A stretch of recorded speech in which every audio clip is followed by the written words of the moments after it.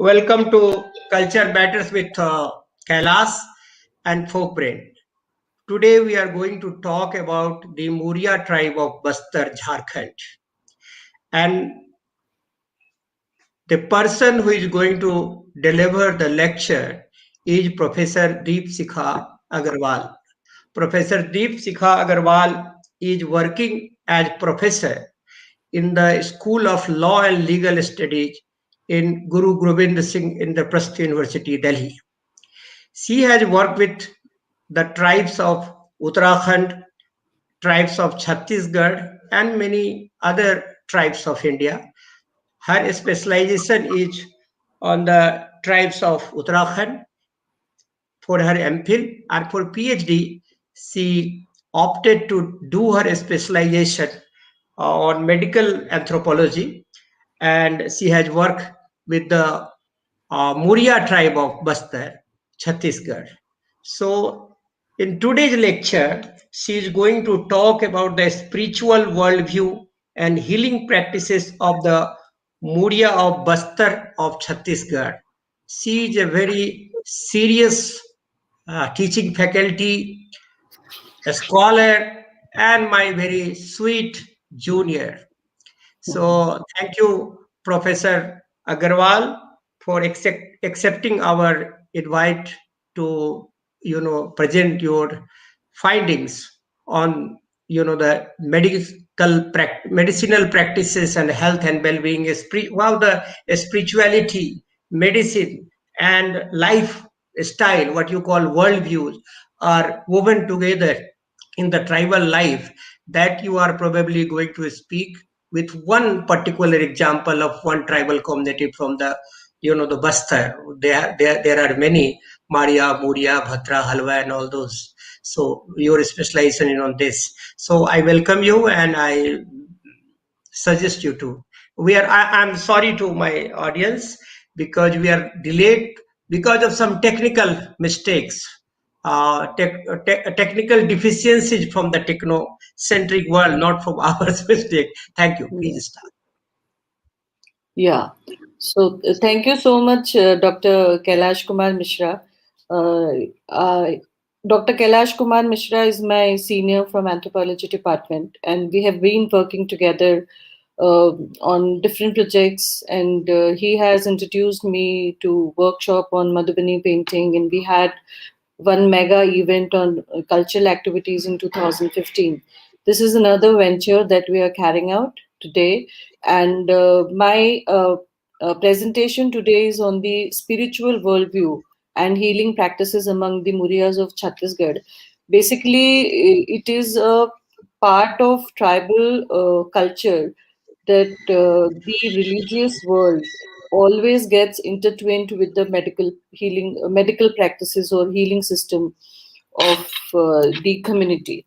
So basically, in order to give the backdrop to my discussion, I may share with the audience that my present discussion is based on my empirical study carried out among the Murias of Kondagaon district of Bastar. Carried my field during 1995 and the work spilled over in 1997 also. Then in order to update my data, I also conducted a restudy in 2019. This restudy was funded by my employing university. And I may introduce the area to the audience. We are talking about my study village where I conducted my study falls in Kondagaon district, which is part of Bastar region of Chhattisgarh, a state carved out from Madhya Pradesh in year 2001. The region is marked by cultural diversity and rich tribal population. And the tribals belonging to this region basically belong to Proto-Australoid stock, according to Guha. This is the racial background of the tribal community, and the language spoken by the tribal community here belongs to the Mundari or Dravidian group. And we can say that the tribal communities of this region form an autochthonous race or indigenous race of this land, yet they are not self-contained or self-sufficient units in themselves. It has been shown in this region that there is a lot of interdependence between the tribal and non-tribal communities, which is a marked feature of this region. In spite of the interdependence, between the tribal and non-tribal communities, we can say that the tribals of this region have maintained their identity. Most of the tribes of Bastar region form subdivision of the Gond tribe, which is spread over entire central India. The Murias, Marias, Quaitars, Dorelas, Joria, Parja all belong to the Gond tribe. However, these tribal communities have maintained their separate identities through inbreeding. So basically, even in Bastar region, we can say that there are a lot of tribal communities, but they have maintained their identities through inbreeding, which means that marriages only take place within a particular tribe. Then Burias are the aboriginal or the original inhabitants of Bastar, spread over in an extensive territory. They take pride in calling themselves as being culturally superior to tribes of the region. For example, even in my study village, the Murias always, uh, you know, uh, uh, reflected themselves as superior to the Marias who came to reside in their uh, village marginal areas. So the Murias always consider themselves to be superior. They share many cultural and physical similarities with other tribal groups from Bastar, so much so that for an outsider it gets difficult to identify between the various tribes. So the differences, still one can make out the differences between the tribes, in terms of the way they present themselves and in terms of some of their cultural features. If we go to the etiology of the word Muria, we can see that originally or literally the word refers to the original, or in Gondi, the word Mur refers to a palas tree. I don't know whether it is the same palas tree which we talk about, in our culture, but they refer to this palas tree. And it was said that people living under the shade of the palas tree came to be known as Murias. According to others, I will not go into these details. Mainly, they may be regarded as the aboriginal people, in terms of the root word Mur. Okay, so apart from this, we can discuss, basically Murias are known world over because of the writings of Very Elvin, who visited this area and wrote extensively on the Gotul system of the Muria tribe. The ethnography of the Muria tribe given by Very Elvin is very rich, and it gives very good information about the people of this region, the Muria people.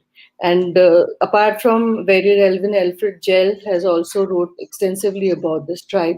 There are other people who have also written about them. Basically, in the media circles, we can say, a lot has been written about the Murias, but for the wrong reason, for, talking about their ghotul or the youth dormitory system in which both unmarried girls and boys live. And the outsiders consider the dormitory system as a place where premarital sex is allowed between the unmarried girls and boys, and because of this, they were forced to shut down or close their uh, ghotul system. But I do feel that they still practice ghotul, though they hide the fact that they are having ghotul. So, since the paper mainly focuses upon the religion of the Muria tribe, as we are talking about the spiritual worldview, so I will focus more upon the Muria religion, which tends to be very, very rich. Again, a lot of, a couple of ethnographies focus on the religion of Muria people, and Elvin has specifically described Muria religion with painstaking observation of very minute details. So he has given a socio-cultural interpretation of Muria religion, and another scholar, Mehta, also gives references to Muria religion in his voluminous book on the Gonds. Jell also has given a vivid account of pain charisma or divine games, and has interpreted the psycho-physiological analysis of these practices. The pain charisma is basically an act of trance possession, or we can say that certain people, uh, they get possessed by other spirits, and their body goes into active trance. So this is a very, very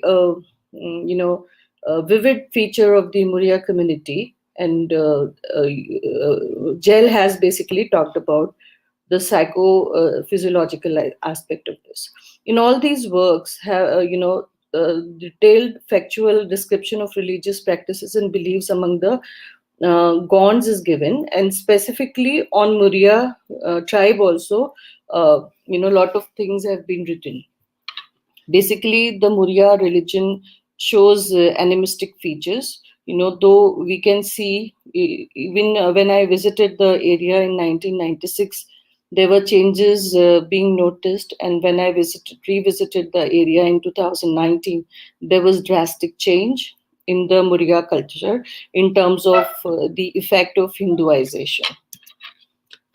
Uh, the I mean, if we are saying that the Muria religion has animistic features, there is a reason for this. As Mehta has enlisted the various features of animism, for example, belief in ghosts, ghost souls, hill spirits, hill gods, doctrine of demonic possession, presence of witchcraft, witch doctors, and practice of magic, worship of the dead, belief in the supernatural causes of disease, presence of taboos, performance of ceremonial dances, feast and drinking, etc. All these elements are present in the Muria religion. And basically, we can say that most of the tribal religions are animistic in their worldview. But Muria religion specifically, demonstrates all these features. Elvin had described Muria religion essentially as a religion of the Hindu family, with special affinities to its Shivite interpretation, yet at the same time, it is but little Hinduized. So he's saying both the things. And when I visited my village in 2019, I saw the same affinity of Shivite influence of Hinduism, where a big Shiv temple has come up in the village, and even the households have shivlings, small shivlings in their open areas. So we can see that what Elvin had described in his work seems to be somewhat true in the present context. He regards Hinduism to have a fertilizing and energizing effect on the Muria religion. And he says that Muria religion has reached, I mean, when he wrote in 1947, he said that it had reached its peak of development. And elsewhere, he says that Muria religion is simple and childlike version of religion, yet it does not lack dignity, power, and beauty. So, the two statements may go, in kind of opposition to each other, but what he might be saying is that in spite of the simplicity of the Muria religion, their religion has developed in terms of its richness and vastness. Now, it can be interpreted that the Muria religion has more features of tribal religion with some of Hindu effect. So even though we can say that Shiv temples and all these Hindu gods and deities have come up in these regions now, the basic religion of the Murias remains animism only.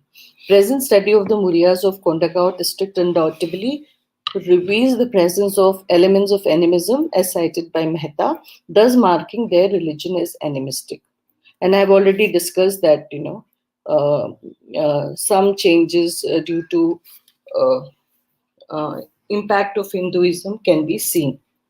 Now, if we specifically talk about the conventional, form of Muria religion, it may be seen as a belief system where gods and man, living and dead, are united into one family. The Muria religion is rich in its content and shows a very high degree of socio-cultural relevance. These are the findings of my study, um, and that is on the basis of my empirical work that I'm making these statements. It reflects various genealogical and alliance relationships between various clans and village divinities. So basically, we can say, I'll be discussing later also, that the Muria tribe is divided into various clans, and each clan has its own, deity which is worshipped by every clan. So there are clan gods, and these clan gods are very important. So these, which act as a charter for practical life and social relationships, and includes number of indigenous historical traditions. So basically, we are talking about the religious practice as being a charter for practical life and social relationships, in the sense that the various religious belief systems, or the belief system and traditions and practices that have been incorporated in the Muria religion, they tend to guide and govern, the lifestyle of the people, making it a part of informal social control. So, if we go further deeper into the belief system of the Muria religion, it can be said that they exhibit strong faith in presence of spirits who are believed to be the forces that control nature, natural phenomena, disease, or death. Some of these spirits can be benign, while others can be malignant and play an important role in human life. With this belief, arises the concept of early gods who acquire human form and may be non-eternal also. That is, they may be likely to be forgotten. So some gods, though not forgotten, but some gods may be not that relevant, and they may be forgotten. But usually, the gods play a very important role in the lives of the Muria people. So, in the beginning, the gods are not represented by any physical object, but gradually they acquire sex, clan relations, function, and qualities. Uh, so, this can be seen, the god may be present in an abstract form.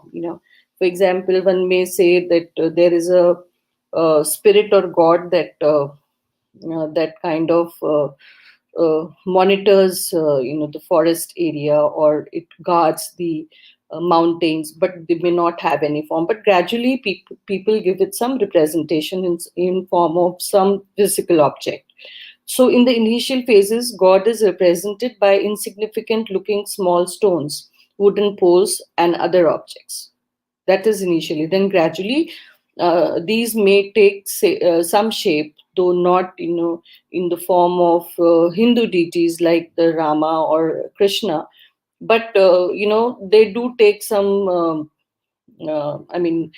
asymmetric form. So in Bastar, Anga Dev or Pat Dev are very famous and could be taken at the early attempts of the tribals to give some form and identity to the concept of God. These Anga are log gods, and they represent positive stage in animism. They may also be regarded as the earliest attempt of idolatry. Then, with respect to the concept of origin of God, we can say that the Muryas have many legends describing immigration of their gods, birth and movement from place to place, and their birth and movement from place to place. They emanate from outside as a result of division of tribe into various clans. So the gods come in a particular, in the tribe, uh, because of some happening in the outside world. And as the tribe grows bigger and bigger, and it gets further divided into clans, the number of deities also keep on increasing. There are many gods associated with the clan system. Okay, we have already discussed this. And these clan deities, they emerge as the custodians of their clans. Apart from these clan deities who are clan specific, there are other village gods who are communally worshipped by all the villages, irrespective of their ethnic identity.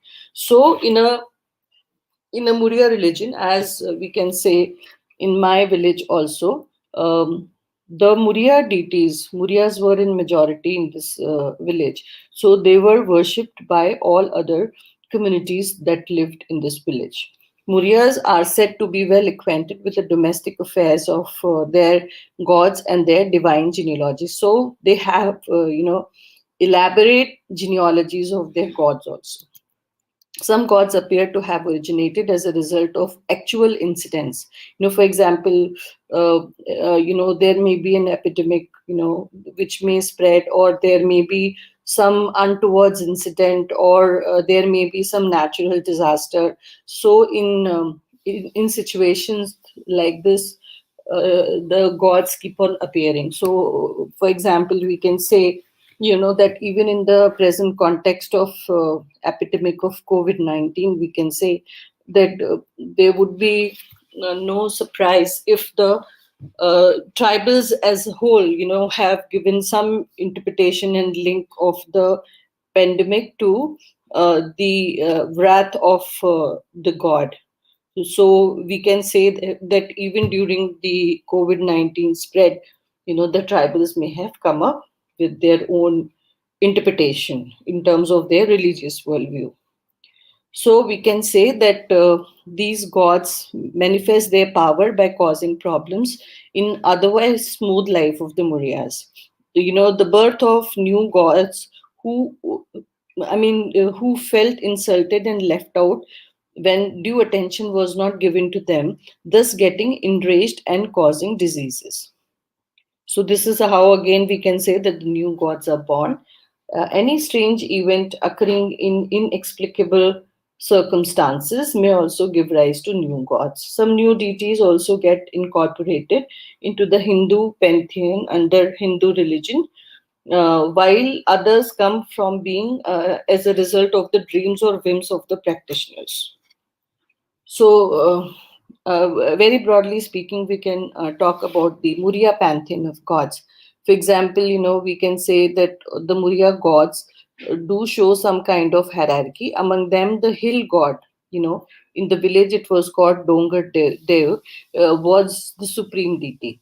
Hill god arises invariably if there is an unusual boulder, mysterious cave, or water percolation on some hilltop. So, but anyway, matlab, we can say that wherever the hills are there, for example, in my village also, there was a small hill, and I was showed the place where the hill god or the Dongar Dev resides.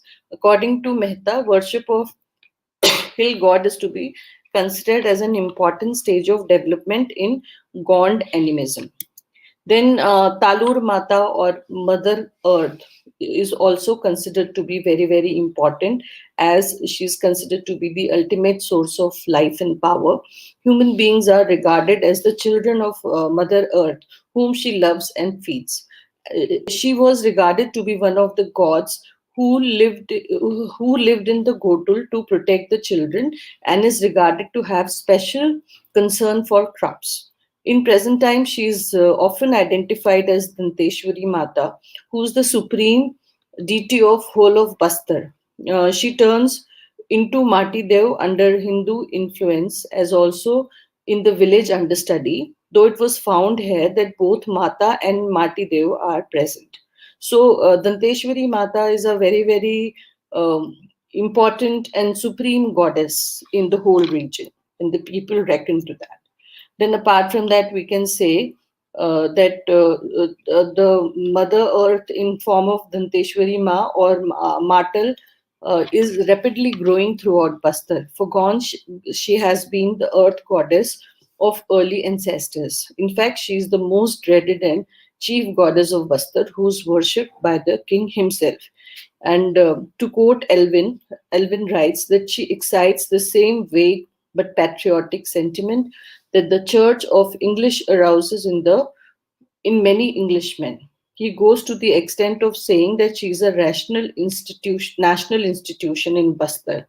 So this is the kind of impact that Dandeshwari Mata or Mai has in the entire region. Then apart from this, we can I will just go through this slide quickly. We can say that apart from this may be called nature worship, where we are talking about the gods and deities representing natural forms like the earth or the hills.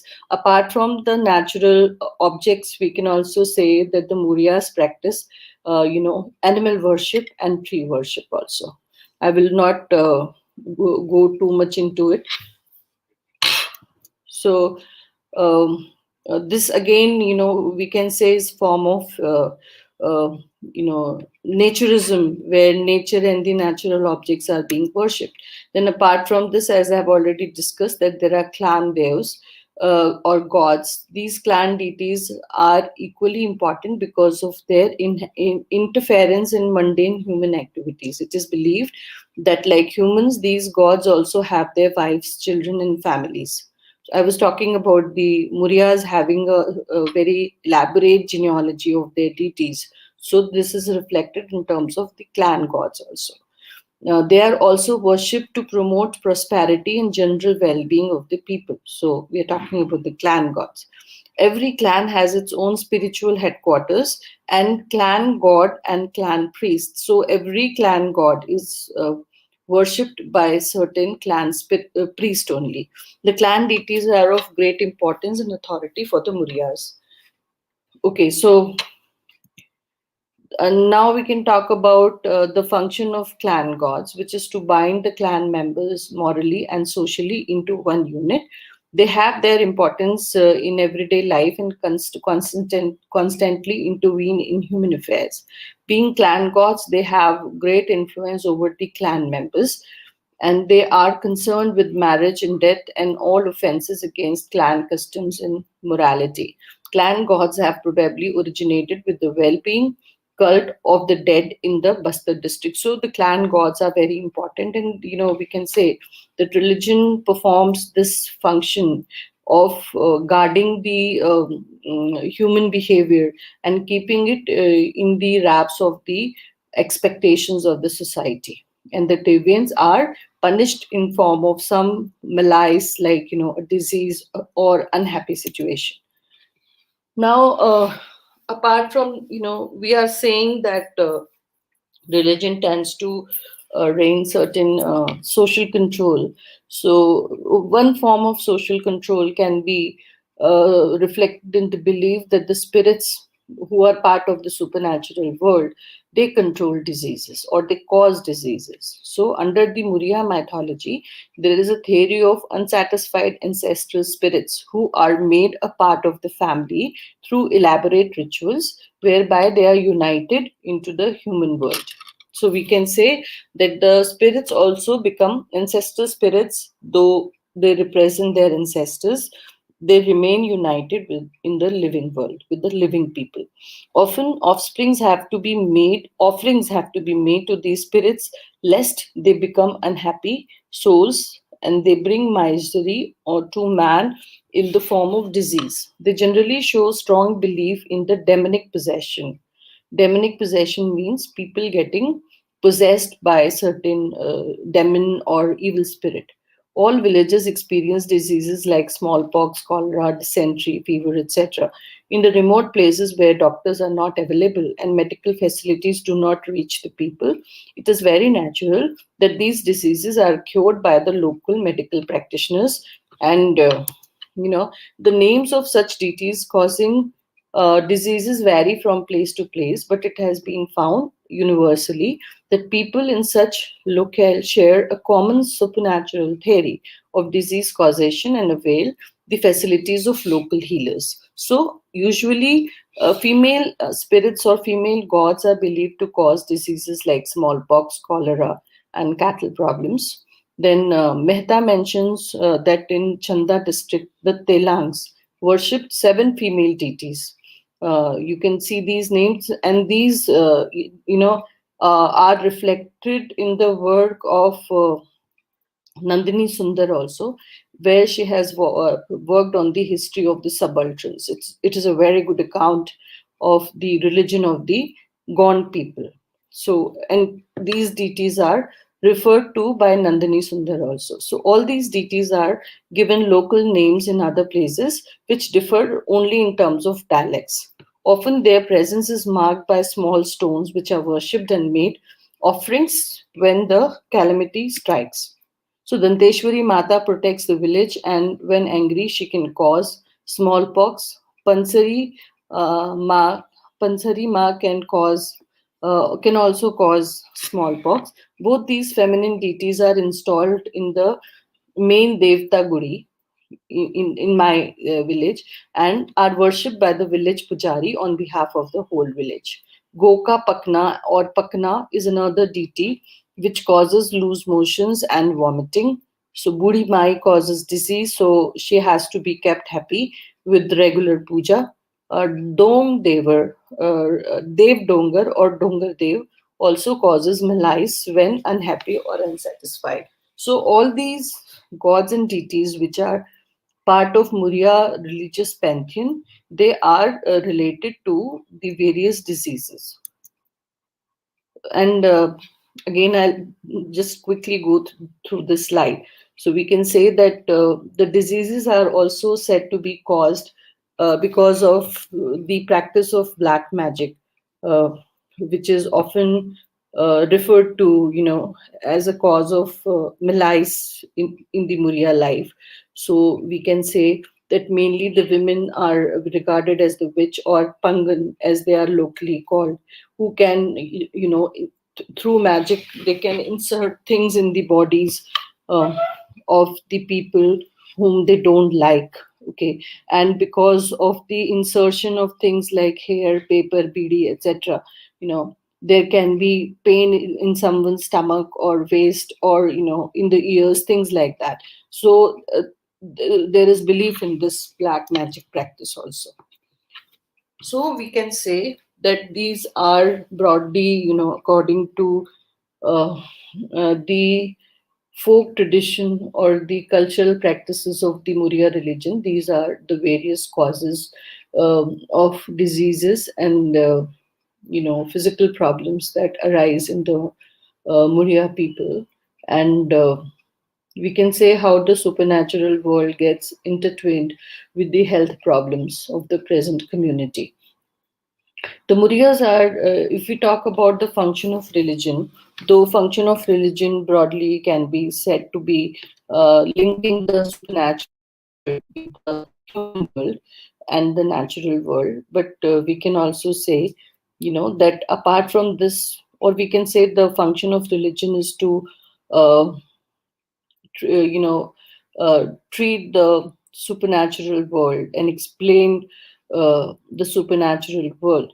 But there are certain hidden or latent functions of religion also. Here, in the present study, it can be seen what are these latent functions. For example, the Muryas are closely associated with their ancestral spirits who help them and guide them in their mundane activity. So there is interference of the ancestral spirits, right? So if unhappy or displeased with something, they show their rage by causing distress in various forms. These ancestral spirits and the clan and village deities must be kept satisfied with offerings of liquor, new grain in every season, and sacrifices. All these beliefs bind the tribals to the supernatural world in a kind of super family. These spirits and deities are specially concerned with the rules of social conduct. So here we can see the latent function of religion, where it is guarding the behavior of the people and keeping it within the uh, I mean, the wraps of social expectations. Any breach of taboo or conduct of social code of conduct is punishable in form of disease or misfortune.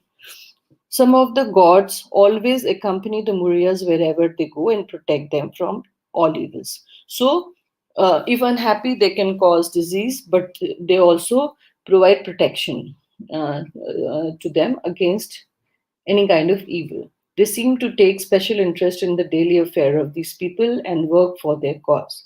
Norms of domestic fidelity and codes of conduct are also guarded by these gods.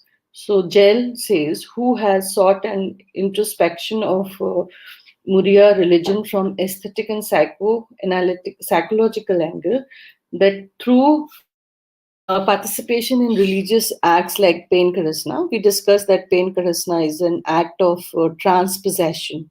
The Muryas get emotional, psychological, and aesthetic satisfaction, which succinctly explains the strong hold of religion in the Murya society even today. To the participants, these rituals are relevant as an occasion where they pursue and achieve certain ecstatic state. And to the observers, these rituals re-foster the presence of the supernatural force. So we can say that the Muria religion has strong association with the theory of disease causation. Causation. In traditional framework of disease causation, illness is seen as metaphysical, social, or psychological paradigm, with the therapeutics being dominated by irrationality. So obviously, I mean, if we try to apply our biomedical systems to process, then this may the traditional medical practices may feel to be irrational. The tribal people show more inclination towards their ethnological or ethnomedical system, because here the supernatural framework of disease causation is shared by the whole society, and the patient, his family members and relatives constituting his treatment management group, all are united in a consensus on the etiology of illness and means of curing it. So the entire village, or basically the community, reaches a consensus over the etiology, diagnosis, and treatment of the disease. There is no difference in opinion about that. This makes the functioning of the supernatural theory more efficient. So the local deities of Muria pantheon, though considered to be benign, often also cause terror and awe among the villagers. So these are tangible entities whose presence can be felt by the people. Though obviously, I mean, we would say that supernatural beings are abstract; they cannot be seen, but the Murias believe them to be tangible entities. If we regard disease as an environmental challenge, then man tries to adjust to it through his genetic traits as well as devices and organizational arrangements evolved by his society for coping up with it and other environmental maladies. So this is the approach that is taken up by biomedical system. But here, in terms of the ethnomedical system, we can say that religion acts as the tool through which human societies deal with disease and trauma as challenges to successful human adaptation. So, through the ethnomedical practices, try to maintain a balance or equilibrium with the supernatural world. So, apart from the ethnomedical system, we can say we can try to assess why people have, more faith in ethnomedical system among the Muria community. And another reason for this, unflinching faith in the ethnomedical system is the faith of the people in the practitioners of ethnomedicine. Here we can say that the ethnomedical practitioners are the Pujari, Sirha, or Gunya. Pujari usually worships the village deities, but we can say that sometimes he may be worshipping certain deities. Like here we can say the pujari worships the devi who causes smallpox. So in a way, by worshipping the devi, we can say the pujari is also acting as an ethnomedical practitioner, but otherwise, technically speaking, he is not an ethnomedical practitioner. Apart from this, we can also talk about the Sirha, who are the shamans, and the Sirhas, uh, they are the important ethnomedical practitioners who can diagnose the cause of the disease and provide treatment through the act of, trance induction. So basically, we can say that whenever a patient, a person suffering from certain disorder reaches the Sirha will get possessed by certain spirit, and through the spirit he will try to ordain the cause, or find out the cause of the disease and find solution. Since we can say that the Sirhas are said to have supernatural, the power of getting into trance, getting connected with the supernatural world, they are treated as very powerful people. They are treated with respect, and they are often feared by the people. Then I'm just cutting short uh, the slides. Then, apart from the Pujari and Sirha, Pujari is mainly the religious practitioner. Main role of Sirha is only as the ethnomedical practitioner, or we can say the Sirha is the shaman. Apart from the Sirha, there are also Gunyas in the among the Muria community, who are the herbalists, we can say, and they may also use small rituals or methods of cauterization, where they tend to burn the body of the ailing person with some hot iron, or things like that. Sometimes the roles of Sirha and Gunya may be combined into one. Now we can say that now, both the Sirha and the Gunya, because of their healing power, they are said to have, link with the supernatural belief system. And we can say that the Muria belief system of ethnomedicine is very invariably linked to the supernatural world. Apart from this, we can also say we are trying to assess why the ethnomedical practitioners or the traditional practitioners are believed in by the people. So here, the another point that I would like to make is that for the treatment that they provide and for the diagnosis they make, they do not take any cash payment. The Sirhas, for example, may ask for some liquor and some bird or animal to be sacrificed, but the liquor is not, taken by the Sirha as such. Rather, after the treatment of the ailing person is over, the liquor either may be offered to the DT, or it may be shared socially by all the people who sit through the process of disease cause, finding out the disease and finding out the solution. So we can say that there is no involvement of cash, so the fact that the Sirhas and the Gunyas do not take any money means that they provide their services for the benefit of the people, and they don't have any monetary interest. This makes people believe in their authenticity. Authentic. I mean, they feel that they're authentic people. Then, apart from this, we can also say uh, uh, we're trying to assess why they are important. Okay, so they also have a very powerful position in the society because of the connection that they have with the supernatural world. Then again, the reason why the ethnomedical practitioners or the traditional healers are believed in by the people is for the reason that they use the method of transpossession, which adds dramatic element in the healing process, creating heightened suggestibility.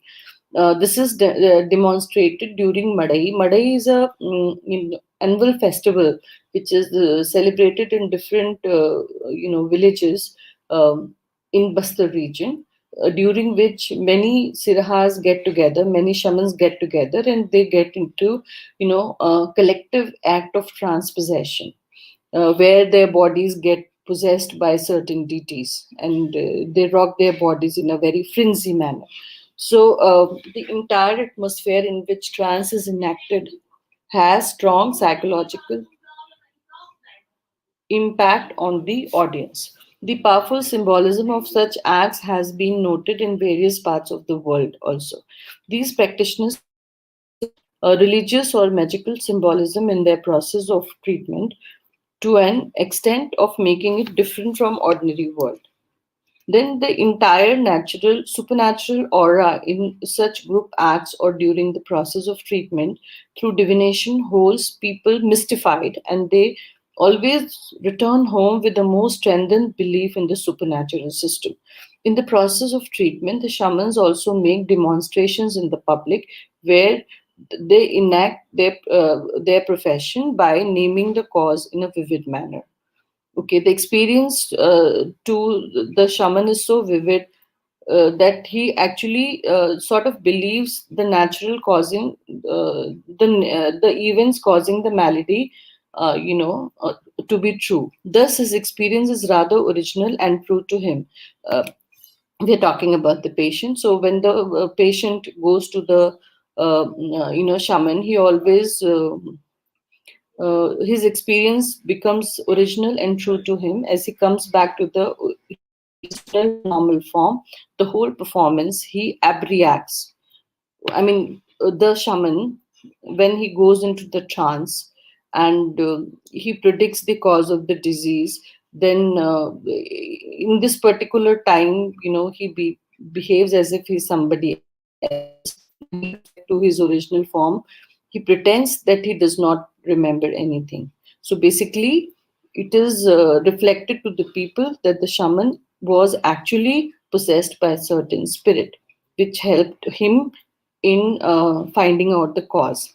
Apart from the curers and the patient, the audience also participate in the process of apprehension.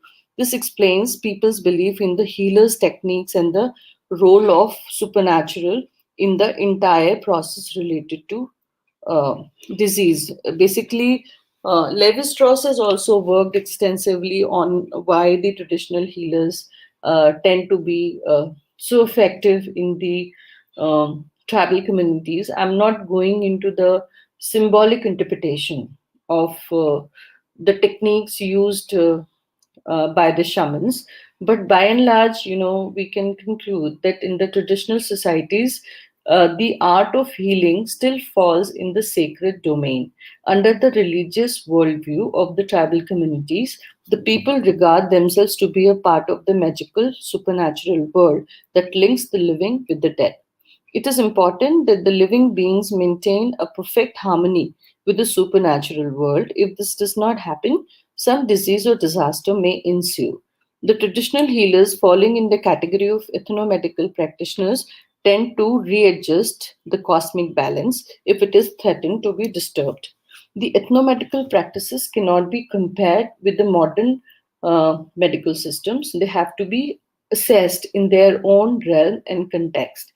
They bind the indigenous people with the supernatural world that protects them and keeps them connected to the dead ancestors. When modern health practices are introduced in these societies, they have to face initial challenges in getting acceptability. Over the period, these modern practices may make inroads in the indigenous societies.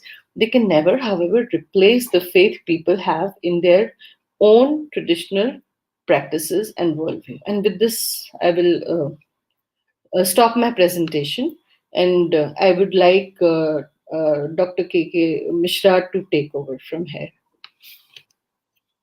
Should I stop sharing? Would you like to share your PPT?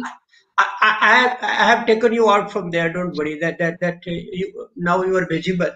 So Okay. it was an extraordinary presentation wherein you have talked about the tribal way of interacting with the people. Medicine. The medicine man is also a purohit, a shaman, a mystic, Right. a doctor. a supernatural power, and most importantly, an artist. He is Absolutely. a seeker of knowledge from the nature. You know, the supernature, nature, human, and culture. They all are woven together. And if you try, you know, I was just reminded of your, you know, Dantasri. You know, the art of making Danteswari is not only the mother goddess, it is Hmm. an art form also. And Absolutely. they are the folk engineer, and their engineering is very meticulous, scientific, to the point, and accurate. The way they are making the entire, you know, the picture and entire body and the structure of Danteswari using the wrought iron technology, that Hmm. so that it is completely rust free. There rust free, there is Absolutely. no, That's true. जंग तो लगने का कोई प्रश्न ही नहीं है. नहीं, So you know, बिल्कुल. so that is the power.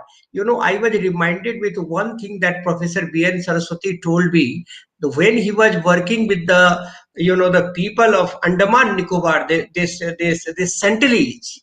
The Hmm. Sentinels has direct relationship with the sea and the jungles. So when they used to travel to the jungle, whether to the sea for getting the, you know, fish and other thing, their old people, they used to worship. Look, our people have gone inside the sea for getting some fish and other things. They are very nice people. They are the son of the soils. They are your sons and daughters. Please protect them. They are not going to harm you. They will take only that much of fish which are very essentially needed for our family. We are not the people who are going to keep them adding and adding into our family. So we are very limited people. And the people in the sea, they are praising to their God. Look, our old people and young children are there in the caves and in the huts that we have constructed. Please don't allow your tiger, wild beasts, snakes, and other things to go inside and disturb them, kill them, hurt them. So that is that, you know, that is a very, and you know, that relationship, nature, culture, supernature, humans, disease. You know, for every disease there is a God. You know, that there is a dialogue between the unseen God and seen humanity. So they but like, you know, gods and goddesses are like the part of their social systems. That is all right. You have made one very very meaningful statement. You have said that they must have done something with this coronavirus, and they must have developed some technology. Should I tell you, like being the student of anthropology and a professor now, have you thought of like what kind of relationship they have? They must have developed, because you see that was your core village. You had been Yeah. there for so many times. Again, after 20 years, you went there, you interacted with the people, you are in the constant touch with the people, you know the entire medicinal system process, that like, you know, their association with the nature. Two things. And second thing that we wanted to know, you know, when we are talking about the language that is spoken by the tribes, we say the language with the local language, tribal have the ability and capability of going deep down to the jungles and searching the roots, yams, berries, and other things, herbs. And for every herb there is a name, and that nomenclature is indigenous nomenclatures. So if you are killing the language, you are killing the knowledge worth of the medicinal property that the society Absolutely. takes. So these two things I am moving together, and I tell you to please highlight. Yeah, definitely. The present pandemic must have affected. I've not spoken to my people till now, but I'm planning to go back there and talk to them about their experience during this pandemic.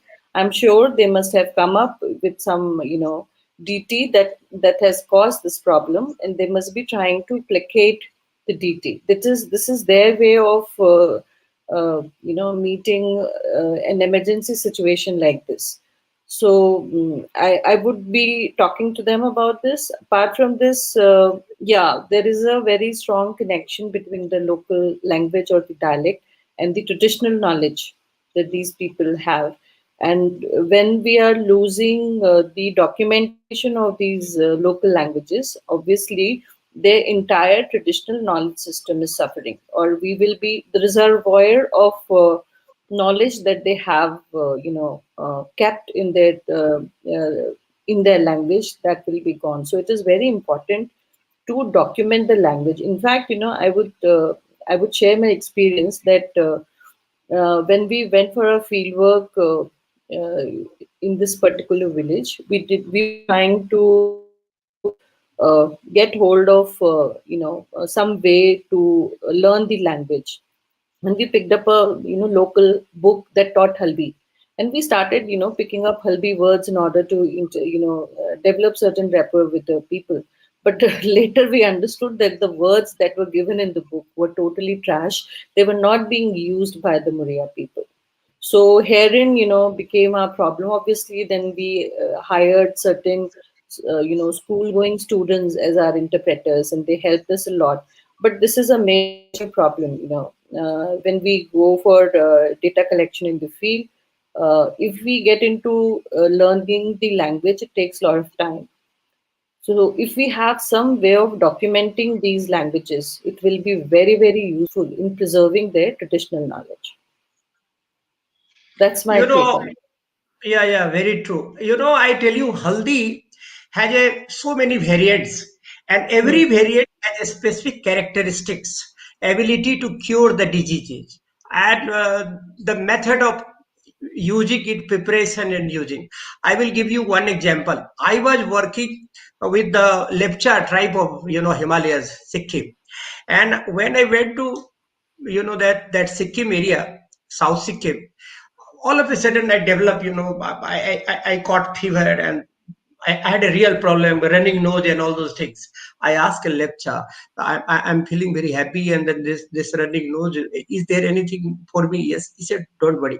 He went inside, and some root he brought with him. He said, isko kha lijiye. I said, what is this? He said, karo haldi, Hmm. black haldi. Black hole. जब मैंने उसको तोड़ा, inside it, there was a bluish kind of thing, bluish kind of thing. And that, when I took it inside my mouth, within 3 minutes my running nose was over. I was a complete healthy man again, started walking.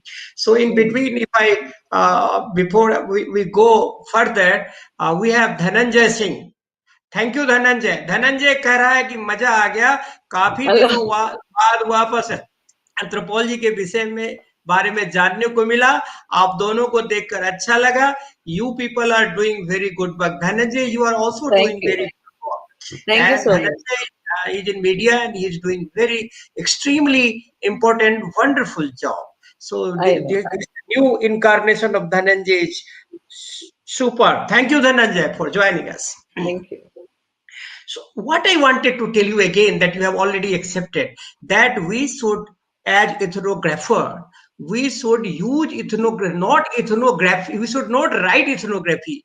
We should use ethnography as Hmm. method to collect those words which are directly employed by the people for searching the cause of the diseases, and Hmm. the roots and the herbs, that they are, the process of making the herbs, Hmm. the mixing of the herbs, and the Hmm. extracting of the herbs, the genus of the herbs, and the varieties of the herbs. If That's those true. things are collected, and we are working seriously in collaboration with the medical fraternity, Hmm. then we can come out with great cognitive system of the tribal world, and say with conformity, like you have given the examples of, that for a specific disease there are specific gods and goddesses, deities. Hmm. For Hmm. the vintage also there are deities. So then Hmm. you have to see the nomenclature of that deities, nomenclature of the disease, and nomenclature of the medicine that is being fostered into. That If is all true. those things are, if all those things, and then the arts associated, like the beating, the heating, the giving the warmth, Hmm. everything has direct relationship, socio-somatic, psychological relationship Absolutely. of getting the people healed. I think Hmm. you should. I think you and I should start this project, and I tell you, this will be a very unique project, Professor. Absolutely. Yeah, definitely, definitely. Now you have already talked about the clan system and the youth dormitory. The youth. I'm in agreement with Total. you, Gotul, that Hmm. youth dormitories are still functioning, but they are not functioning the way they used to function, some 50 years ago. Hmm. And modern education systems and other things are also responsible.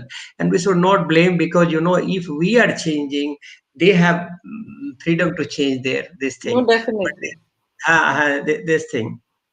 But again, I will tell you, like among the Nagas I have done, I employed some 16 Nagas from the different Naga, communities, and I told them to write about their, the gotuls, the youth dormitories, and they all came out with wonderful representations.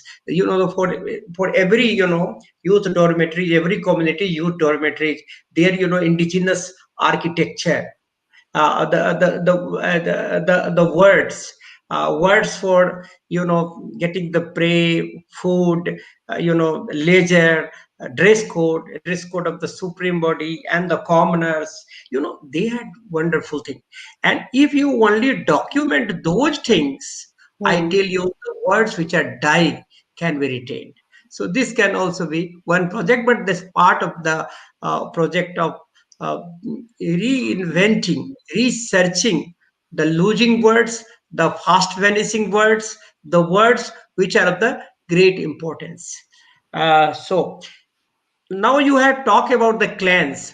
We have one viewer, uh, Smita Chaudhary. I will show you her. This ma'am, please do elaborate on the five fraternities of the Muria tribe. You have some information? Nay, not on this, but Verrier Elvin has talked extensively about the kinship system and feteries of the Murias also. He- Though his ethnography is on the Ghotul system, but he Hmm. has talked extensively about the feteries also. But I have He, not he gone into this. Yeah, he married a Muria girl also. Yeah, So anyway, anyway, so Smita ji will share the things. I think in my diary it is there. So definitely. either I or Deepshikha would inform you. We will let you know the exact this thing. And we have Dr. Sanjeev Kumar Singh from National Museum, and he loves anthropology. He's an archaeologist of international repute. He says Wow. interesting aspect of session. The HOD of Department of Anthropology, Delhi University, is also watching our program. Thank you, Okay. Sachdeva Sachdeva sir. sir. Sachdeva sir. Thank you, Hello, sir, for sir. joining us. Thank you, sir, for joining us. So now I again wanted to know that there are curable disease and there are non-curable disease. There are domestic disease, and there are that foreign disease. How do they treat the domestic disease and the foreign diseases, and what are their method of treating? Do they really come out with scientific composition to cure the alien? I think you understand my nomenclature. By Hmm, foreign hmm, I mean alien disease, like hmm, cancer, hmm, like some pandemic, like coronavirus. hmm. What are their methods? How do they tackle it? And they just surrender before the God. God, dear God, we have no cure for this disease. Please take care of it. What are their methods? See, I will say that mm, The Murias, they experience different kind of situations. There are diseases that can be cured easily. Okay, so if there's pain in stomach, pain in the waist, lower waist region, these such kind of problems, they can be cured through the treatment of the gunya, or even we can say the shaman, because some diseases they get cured on their own in due time. But if the prediction of a particular shaman or gunya is not correct, they will never question the knowledge of the Siddha or Gunya. They will always feel that maybe the problem is more severe, so they will shift to some other practitioner. But these days, this was long back, 20 years back, when I was doing my field work, and the primary healthcare system had not reached them.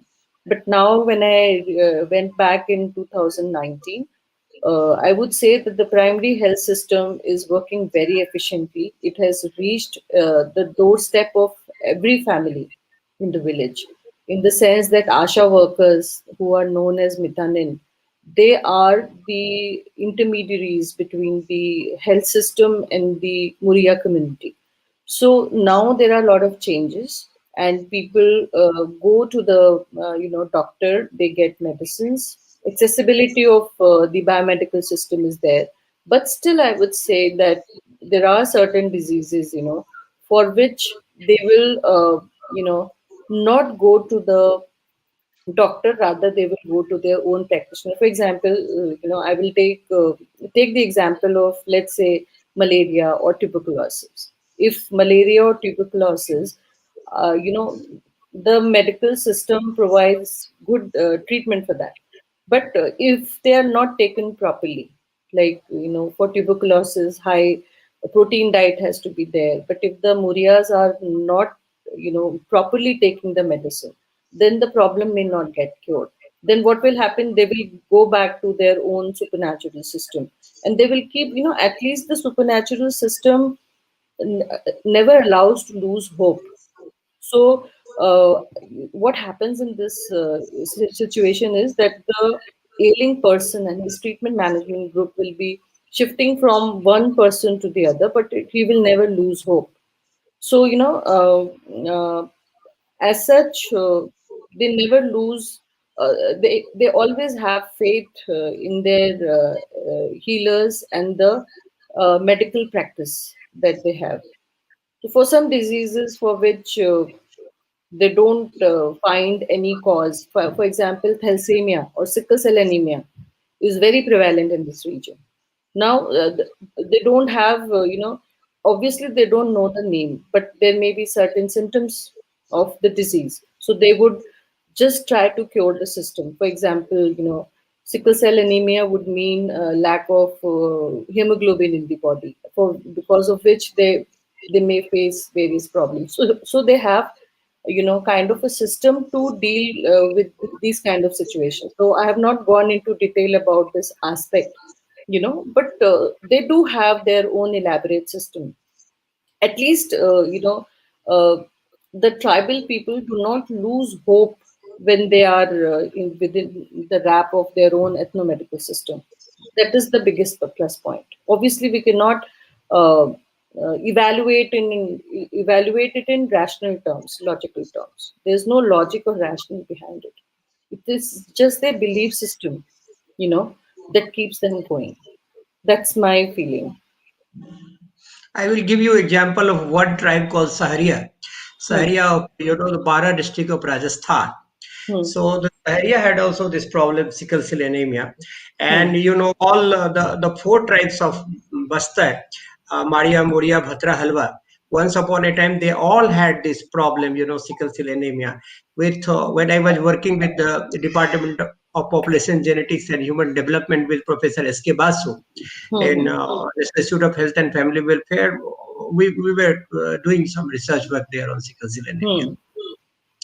And then we found that there are some locally available materials, herbs, vegetables, leafy vegetables, some Hmm. fruits, and some trees also, some plants, if they are using them in their food system, they can be taken care of.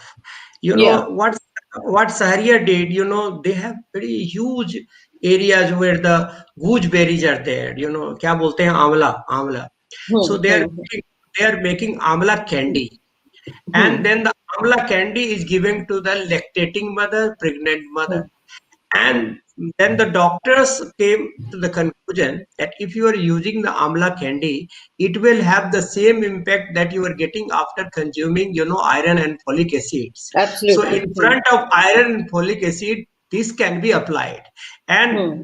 they can, so they can collect the gooseberry, they can be Hmm. trained to prepare the, that Candy. uh, candy, and they can be consumers also. So they do this. I tell you what I wanted to know from you. Like, there are some diseases, there are no solutions for them. And you Hmm. have said that with every new disease, some new gods are coming, and they are associated with that specific disease.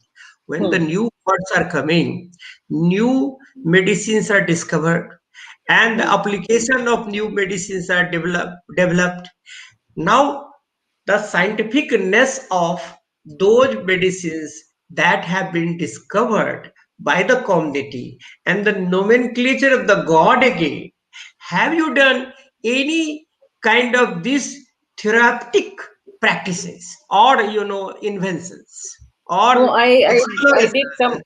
I did come across, some new deities coming up in the area. For example, there was an open area, Medan. There was an open ground where children used to play quite often. It happened so that, at various occasions, uh, young children, fell unconscious in that particular region. So gradually, the idea of Medan Dev or ground Dev came up, where the Murias interpreted the act of getting, the youth while playing unconscious or fainting. They said that this is occurring because of the ground Dev. Or so this, this was a very small incident. So this is a situation, or this is the way in which new gods do come up. So whenever there's a particular kind of situation, so I've not interacted with the Murias of my village in context of the COVID-19, and I've lost phone numbers of the people with whom I was interacting. But I would definitely work upon this and see how they have kind of uh, reacted or responded to this emergency situation in their own religious pantheon. Okay. So these Yeah, are the things we need to work on. And before we conclude, it was a very good presentation. You were always very sincere, very humble way of presenting. Everybody has thank liked it. So we work together, and I have some photographs. So I want to share it with the people, those you. who are Definitely. with us. I'm just adding it to the stream.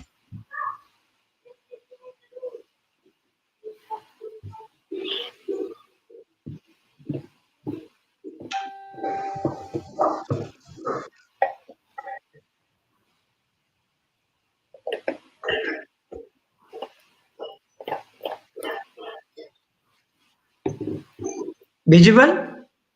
Yeah, it is visible.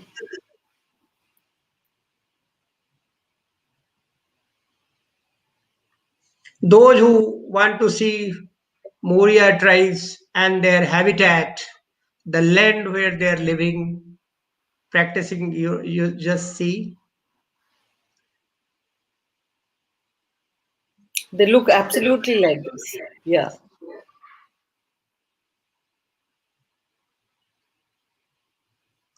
There you just see the cowrie sails, and the feather of peacock, and Yeah. garland made of coins, Yeah. and the art of wearing the putting the sari, the loin cloth, and Hmm. and the armlet and the Hmm. bracelet, wrist. Hmm. See the musical instruments. This we organized at your Yeah, campus in university. my organization. Folkbrain did this. Uh, this Bastar band. Yeah, Again the same thing. These are the Muria girls. that was an amazing act. You see the beauty of this lady. Yeah, She can, she can be the Miss Universe, yeah. and the musical instrument again. See this dancer, Yes, yeah. and you just see the gait, like as if he's going. It's very dynamic, He's just going Hmm. to step in and step out, Uh, that is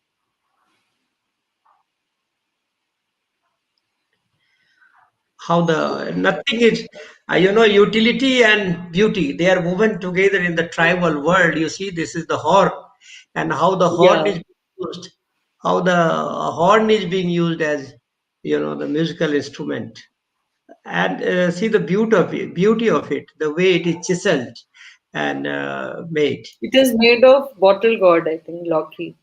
No, it is Hmm. this thing, horn. Horn. Yes, Okay. ये सिंग है Yeah, उसका, yeah, हाँ, yeah, yeah. Huh. it is not bottle gourd. Right. And you just see the stepping, Hmm.